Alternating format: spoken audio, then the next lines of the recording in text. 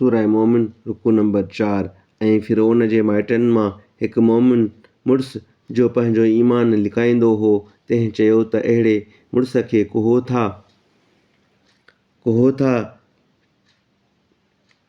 था छा जो चवे थो त मुंहिंजो पालणहार अल्लाह आहे, ऐं बेशक अव्हां वटि अव्हां जे पालणहार खां चिटा मोजिज़ा आंदा अथसि।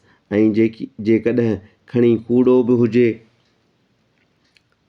त संदसि कूड़ जो वबाल मथसि आहे, ऐं जेकॾहिं सचो हूंदो त जेको वाइदो अव्हां सां करे थो तंहिं मां कुझु अव्हां खे ज़रूरु पहुचंदो।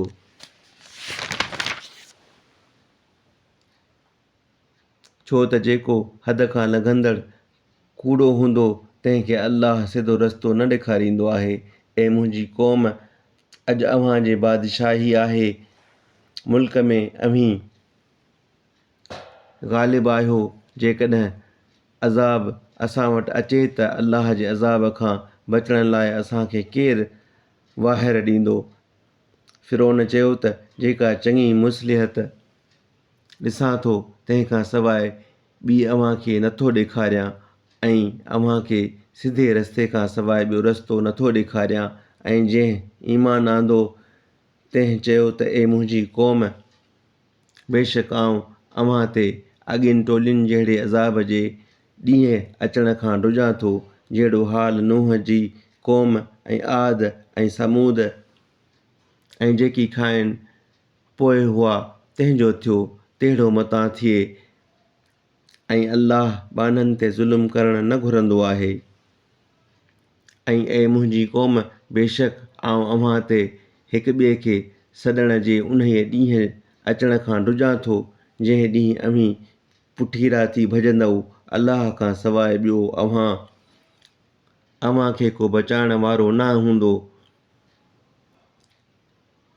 ऐं जंहिं खे अल्लाह भुलाए छॾे तंहिंखे को सिधो रस्तो ॾेखारण वारो कोन्हे।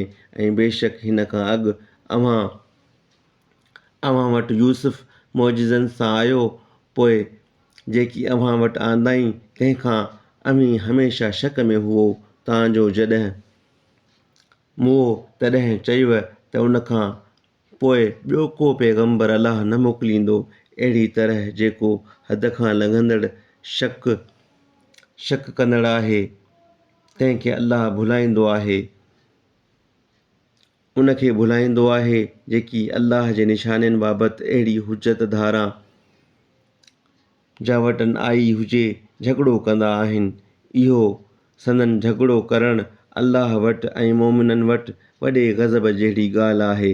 अहिड़ी तरह अल्लाह सभु कंहिं वॾाई कंदड़ हथेलीअ जे दिलि ते मुहर हणंदो आहे। ऐं फिरौन चयो त ए हामान, मूं लाइ हिकु माड़ी बणाए त मन उन्हनि वाटुनि सां पहुचां, आसमाननि जे वाटुनि खे, त मूसा जे माबूद जी सुध लहां। ऐं बेशक आउं खेसि कूड़ो भाईंदो आहियां। ऐं अहिड़ी तरह फिरौन खे संदसि बुछड़ो कमु चङो करे ॾेखारियो वियो ऐं सिधीअ वाट खां झलियो वियो। ऐं फिरौन जो मकर रुगो ख़राबीअ में हो।